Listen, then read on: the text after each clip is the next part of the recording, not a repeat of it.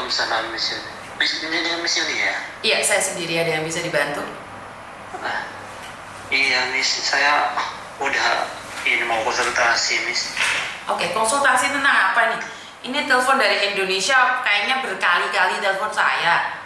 Kalau boleh tahu Iya, ada apa? Miss. Ini saya kena modus penipuan, Miss. Oke, modus penipuan. Tapi sebentar, kamu tahu kan setiap kali telepon masuk ke saya secara langsung dan tidak langsung masuk di YouTube sama di Facebook. Jadi hati-hati, jangan pernah menyebut nama siapapun termasuk namamu sendiri. Karena saya tidak ingin setelah viral dan minta take down. Iya, Miss. Iya, saya sudah lihat YouTube dan juga standby juga liatin live-nya, nungguin live. Tapi masih belum direspon. Ya, Oke. Alhamdulillah masih ini kesambung. Oke. Ini saya telepon balik malahan ini. Ada apa ini? Ini, Miss, saya dari mulai tanggal 26 Mei itu udah dimodusin berangkat ke Makau sama oknum gitu. Oke, ini sampean posisinya ada di mana, Mas, kalau boleh tahu? Di Madura. Oh, sampean masih ada di Madura. Oke, terus? Iya. Jadi awalnya kan ada dia itu menawarkan saya supervisor di Makau di suatu pekerjaan gitu di kasino gitu bilangnya.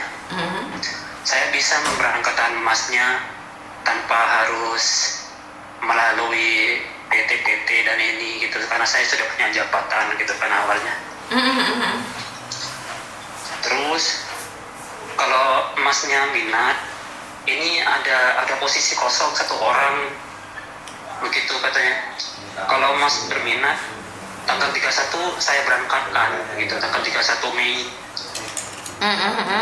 Oke, terus? Nah, jadi udah dari situ saya tuh udah keluar dari kerjaan saya yang lama. Terus saya ngurus paspor.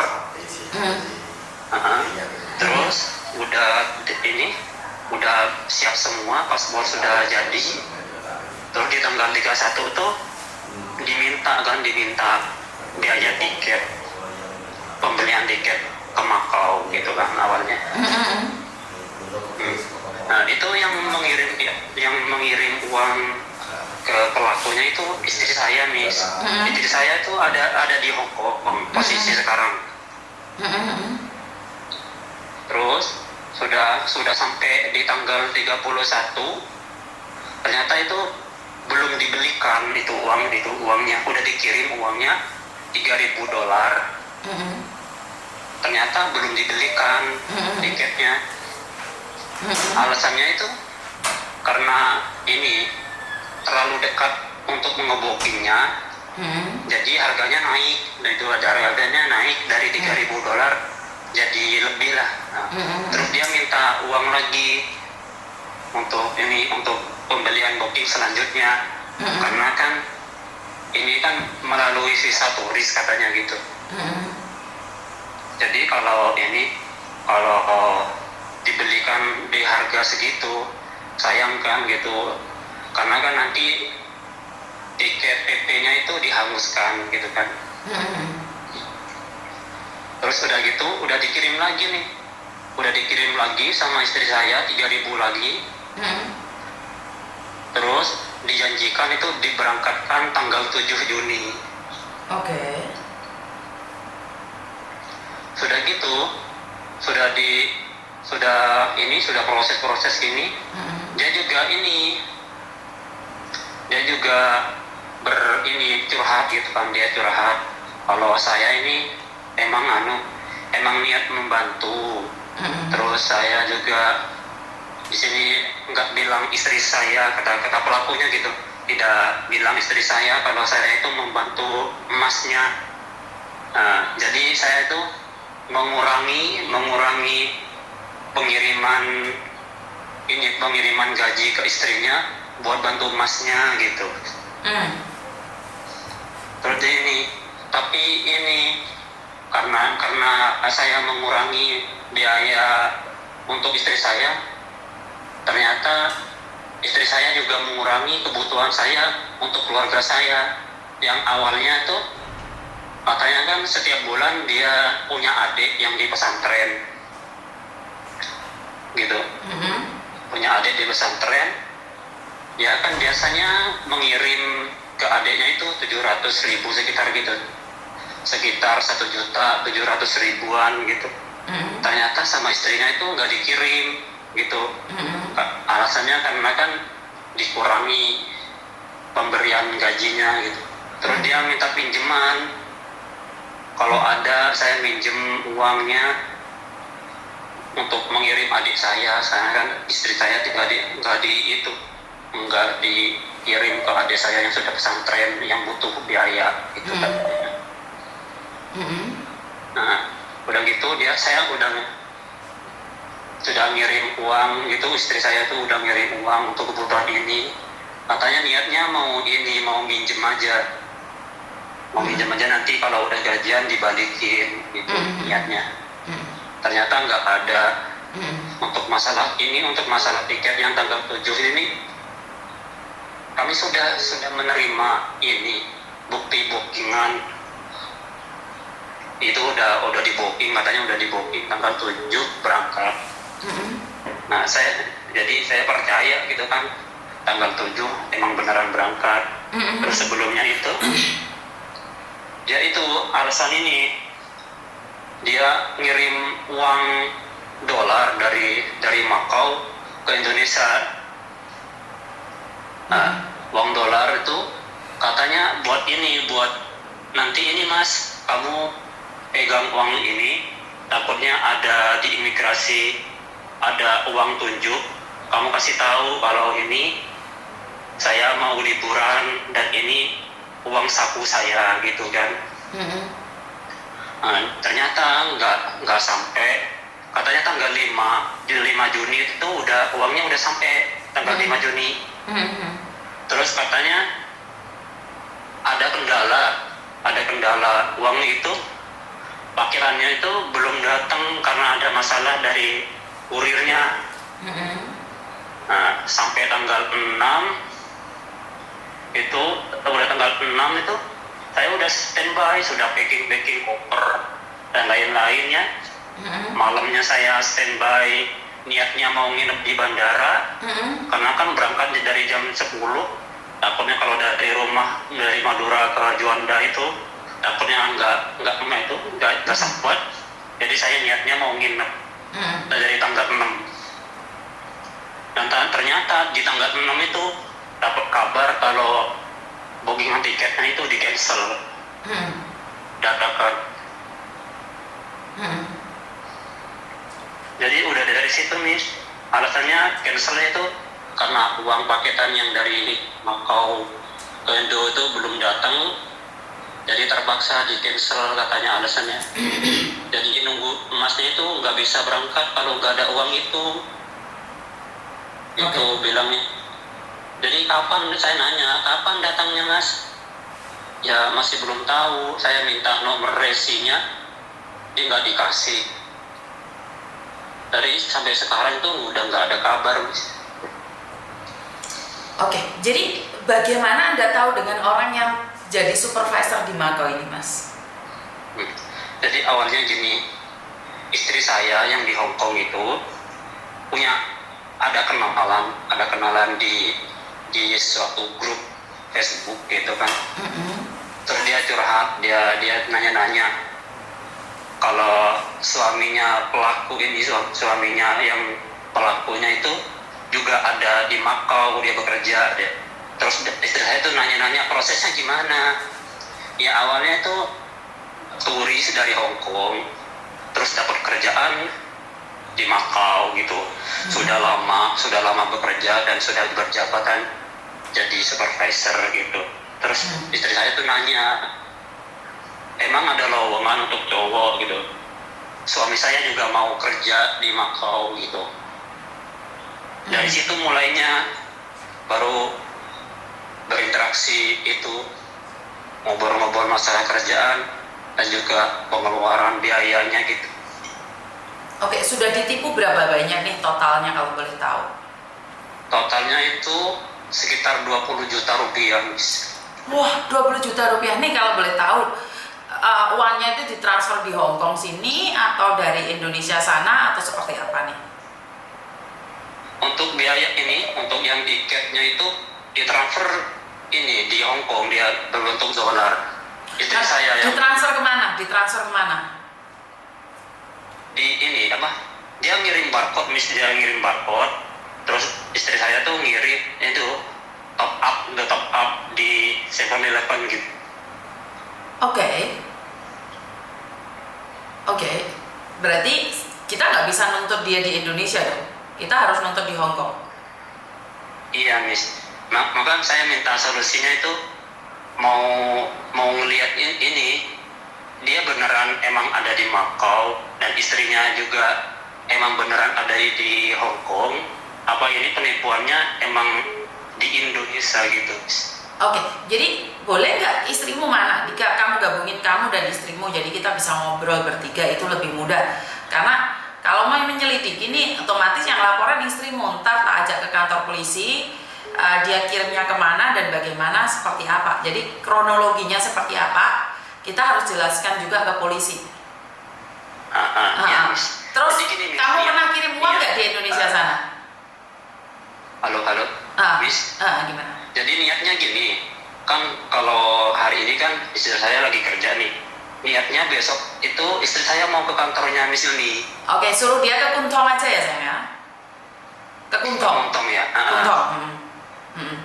Jadi gini Miss, kan istri saya tuh keluar dari rumah majikannya itu jam 12 siang gitu. Terus takutnya nanti di sana itu mantri sama yang anak-anak yang lain gitu. Takutnya nanti pas baliknya kemalaman gitu Miss. Ya nggak malam banget sih, kan mereka ngobrol aja 10 menit atau setengah jam, paling lama setengah jam. Jadi di sini mereka ingin selesai ngobrol ya sudah pergi nggak apa-apa. Cuman kan di sini memang banyak orang. Jadi jam 12 masih nggak telat sih. Miss. Ya wes, suruh datang aja ke Kuntong ya. Istriku besok ke sana ya Miss ya. Siap. Berserta bukti-buktinya ya, suruh dia ngeprintin. Jadi ntar kita cari waktu untuk laporan sama polisi. Di print kan apa? Di print, dia harus ngeprint dulu. Jadi kan polisi butuh bukti. Bukti pengirimannya, bukti barcode-nya dan nomor teleponnya biar polisi yang menyelidiki. Kalau umpamanya Miss, kalau bersangkutan sama polisi itu nanti kiranya itu ya sampai ke rumah majikan Enggak ada hubungan. Ini kan laporan, kalian kan ditipu, yang nggak ada hubungan dengan majikan dong. Kalau itu membahayakan kalian, nggak mungkin aku nyuruh kalian lihat laporan. Iya Miss, saya juga ngerti takutnya nanti majikannya istri saya tuh mengiranya ada masalah sama kepolisian gitu. Enggak. Dan kamu kan tentunya tahu nih kalau nggak ada job cowok. Kan sering ngikutin YouTube saya, kamu bilang lah kenapa kok masih percaya nih ketipu ini? Itu kan istri saya Miss yang gini, istri saya yang katanya emang dikira ya beneran gitu. Ngerti, maksudnya kamu ikut YouTube saya sejak kapan sih sebenarnya kalau boleh tahu? Baru-baru ini saya baru ngikutin. Ya juga saya juga nyari info masalah ini juga, masalah lowongan cowok, siapa tahu ada saya itu. Oke, berarti kamu ngikutin ini setelah ketipu baru kamu mendapatkan YouTube saya, bener nggak? Sebelumnya Miss. Halo, sebenarnya sebelumnya kan harusnya punya rasa curiga dong. Padahal kan setiap hari aku ngomong nggak ada job cowok. Kalau ada itu semuanya penipu. Kalau memang iya, itu pun terjadinya sangat kecil sekali. Karena ada istri keluarga dan itu nggak bayar. Kalau di Hongkong sini nggak bayar. Ya udah nggak apa-apa karena sudah terjadi. Boleh nggak kamu pesan sama teman-teman yang lain agar jangan percaya dengan job apapun? Iya Miss, nanti saya juga konfirmasi juga sama teman-teman kalau emang kayak gitu ya. Oke, terima kasih. Dan yang saya tahu adalah orang Madura itu orangnya kuat-kuat, tapi mereka tidak suka ditipu nih. Tapi kenapa saudara saya sendiri kena tipu? Sakit hati saya nih ya. Iya Miss. Malu saya sebagai orang Madura malu loh. Masa iya sih orang Madura mudah ditipu? Benar gak sih? Iya harusnya gitu. Iya, karena orang Madura itu nggak mudah percaya dengan orang loh. Ingat loh, orang Madura itu punya insting yang sangat kuat sekali loh. Tidak mudah percaya sama omongan orang. Ayo, kita sebagai orang Madura nih, saya juga keturunan Madura. Jangan sampai kita dibodohin sama orang-orang lain loh. Ya? Iya, Miss. Semangat, jangan sampai ditipu lagi. Karena kita orang Madura, orang-orang hebat. Iya, Miss. Ya, mau Oke. hikmahnya dari sini ya, Miss. Oke, terima kasih. Ya, Miss. Makasih. Oke, bye-bye. Bye, Miss. Kaget saya, ini saudara saya dari Madura ya. Karena Madura, aduh kok bisa kayak gini sih. Madura kena tipu 20 juta. Kok bisa-bisanya, ayo. Aduh, biasanya orang-orang Madura ini cerdik dan tidak mudah percaya dengan omongan orang. Kenapa sekarang ini malah kita mudah dipercaya dengan omongan orang? Dan buat Mbak Istri, kemarin sudah ngomongin bolak-balik. Di kontennya Miss Yuni itu tidak pernah capek mengatakan bahwa tidak ada job cowok, baik di Makau, apalagi nggak ada pengalaman. Jangankan supervisor, manajernya pun nggak akan nyari. Lah kok pinter-pinter menggolek modus. Yes, namanya orang selalu akan seperti itu, dan inilah yang akan membuat orang benci sama saya. Kadang-kadang sudrun dewe, Mbak. Kenapa? Banyak orang merasa bahwa saya itu sedang sedang cari sensasi dengan menjelaskan ini, menjelaskan itu. Aku ra entuk opo-opo. Bener nggak sih? Tapi syukur alhamdulillah, yang gaji saya siapa sih? Yang gaji saya itu sekalian semua pasukan anti skip ini. Jadi orang-orang di luar sana itu sangat lucu sekali menghina YouTube saya, yang katanya cari viewer, yang ini itu. Nah sekarang tak lihat orang-orang yang menghujat saya, menghina saya terang-terangan sekarang punya YouTube. Dan mereka bilang buat status bene tak delok-delok dewe kok. Iya kan? Banyak kan orang sekarang yang sudah buat YouTube dan mereka bilang tak delok-delok dewe. Ngerti nggak maksud saya? Jadi udahlah, jangan saling menghujat di sini. Kita saling mengingatkan karena kita orang Indonesia. Kalau orang baik bersekupul sama orang baik itu yang jelek itu akan kalah.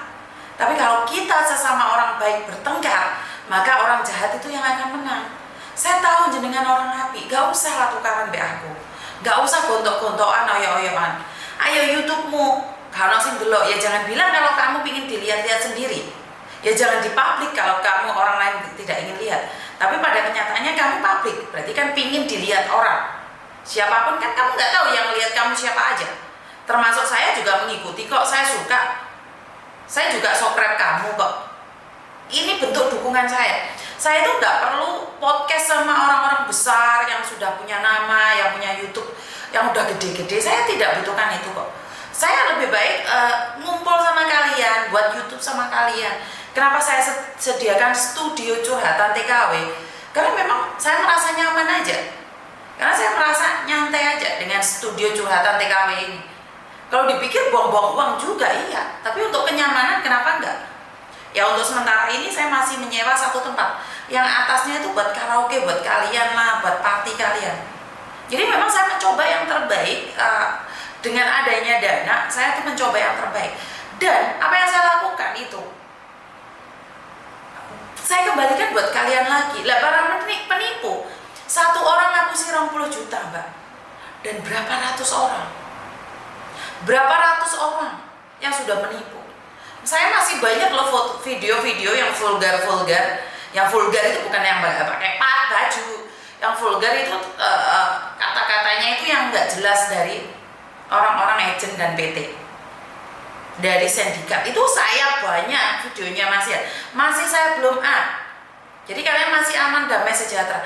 Di Samswipo saya sudah dapatkan videonya, alamatnya di mana. Di Samswipo Mongkok dan tim Sacoy saya sudah menampilkan, dan Goswebe saya sudah menemukan alamatnya.